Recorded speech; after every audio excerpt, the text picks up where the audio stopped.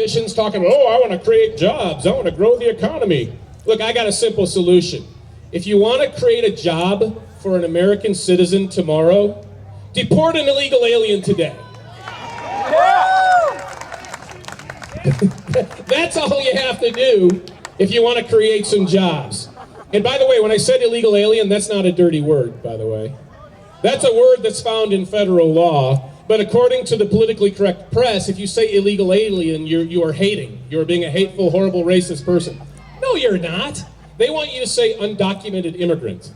Well, that's a contradiction in terms because an immigrant is someone who's got a green card. Doesn't even make any sense. Calling an illegal alien an undocumented immigrant is like calling a thief an undocumented owner. It's idiocy.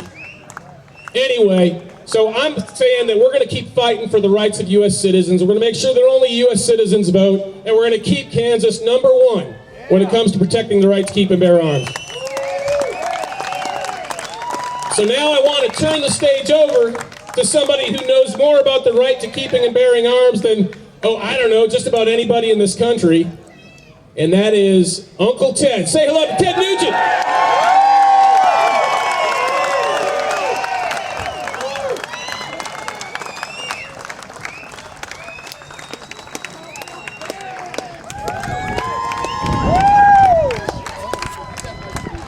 These guys decided to come up with me. What do you got, gentlemen? So, Ted, I'm Mike Morris from the national founder of 3% United Patriots. From the baddest-ass group of patriots to another badass patriot, we want to present you with official 3% United Patriots gear here.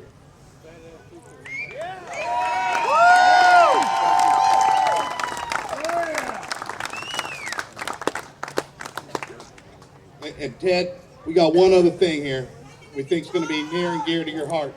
I'm going to turn it over here to BC. It's almost as good, almost as good. A good buddy of mine that's also a member of the Kansas 3 had an idea of something to make for you. He done a lot of research and came up with this. And I hope it works for you and that you like it. You still with me out there? Yeah!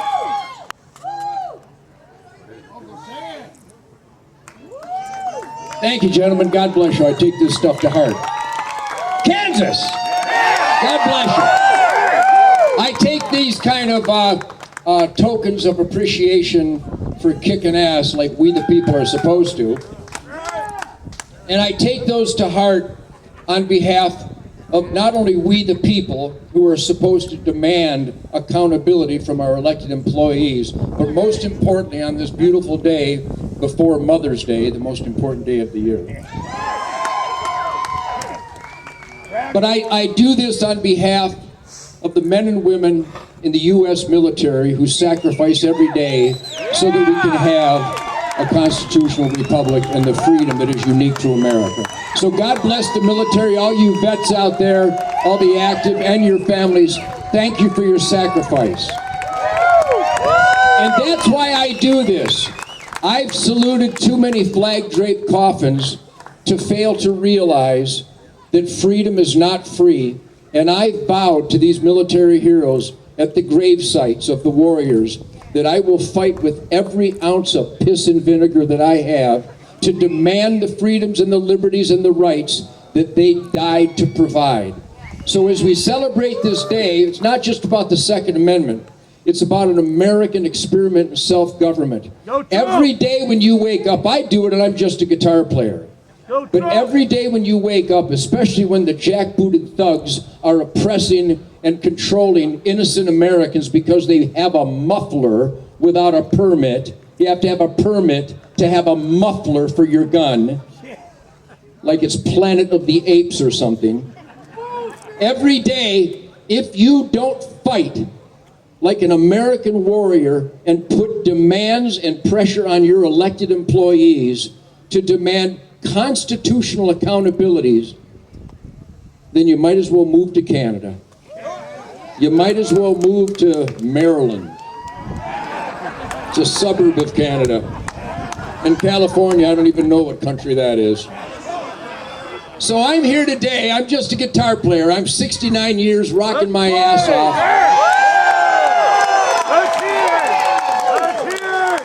know we're celebrating the attitude. Let's hear it for the attitude.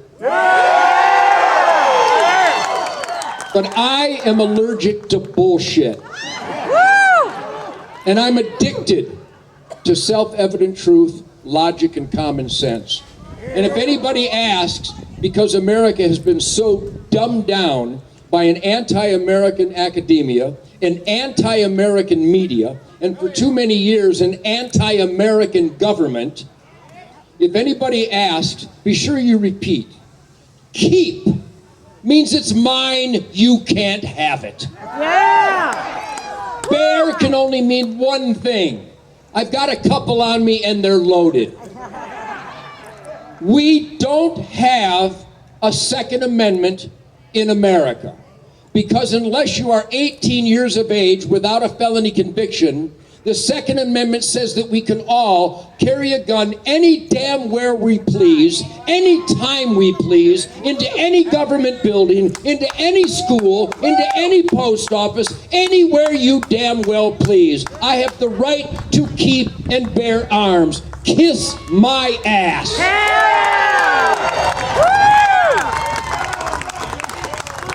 Any questions? If you don't understand that, you can call 1-800-NUMBNUT, and Michael Jackson can tell you why you don't need personal hygiene. Any questions? So, it's nice to be amongst patriots and shit kickers. I love you all. Do you feel the love? Do you celebrate self-evident truth with me? Are you willing to go the mile to prove that you earn your freedom because warriors have died to provide it? Are you ready to do that? Kansas is real good, but you're not done yet. I live in Texas, and it's real good, but I ain't done yet. And here's what you need to, you have to do this. You have to do this. There's only a gaggle of us here today, a very, very small number. Can you hear me back there behind the hay bales? You have to do this. We have turned the corner because finally we have a man who respects the Constitution, the Bill of Rights, the Declaration of Independence, and working hard, playing hard shit kickers who earn their way, live within their means, and save for a rainy day in the asset column. Donald Trump is a huge upgrade. For the last 8 years, and for many years before that, the government of this country was against we the people. The Second Amendment is gone. I'm just a guitar player, and I never went to college. I was too busy learning shit. And I'll tell you what I learned. In my heart and soul, in my pure we the people instinct, I know I was given the right to keep and bear arms by God. And the Founding Fathers wrote that self-evident truth down. I don't even need the Second Amendment. I think it's neat that they wrote it down, but I don't need it. So I fight like a son of a bitch, and I put pressure on elected employees and the lying punks in the media and the anti-American punks in government who think that we work for them when in fact they're supposed to work for us, guided by the Constitution. Yeah! So this is a good-looking crowd, maybe the best representation of shit kicker America I've ever seen. But here's the truth. Here's the truth. You don't mean jack shit if you can't convince everybody at work, everybody you know, everybody in your club, everybody in your own family, everybody at school and church, if you can't convince them what the Second Amendment really means, then I'd like to thank you for nothing. And that's how a punk-ass community organizer weaseled his way into the White House for 8 years because Americans were sound asleep. So if you really mean what you are here representing, if you really mean it, you can have tomorrow off because it's Mother's Day. I give you that. A man has to know his limitations. Dirty Harry, 1971. Let's hear it for Dirty Harry.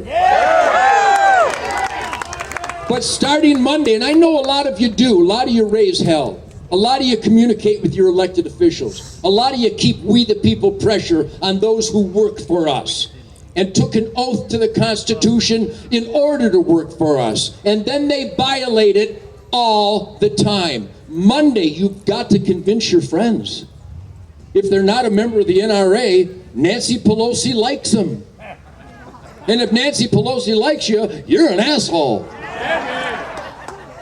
Any questions? Stop me if I get over.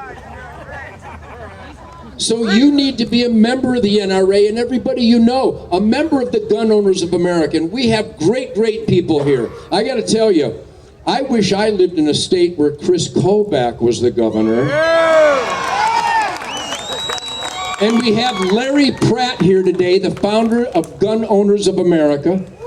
We have Bob Hodgkin, the gunpowder guru, is here today. And we have the great warrior, Sheriff Richard Mack, the founder of the Constitutional Sheriffs and Peace Officers Association. Remember that, and he's got a booth here. Constitutional Sheriffs and Peace Officers Association. You should be a member of that. And you need to convince everyone in your life.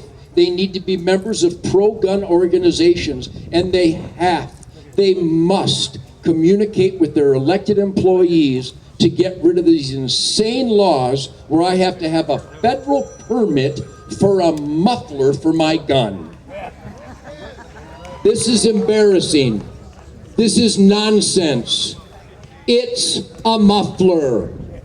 By law, I have to have one on my lawnmower, but I need a federal permit for one for my gun. What is this? The cuckoo's nest?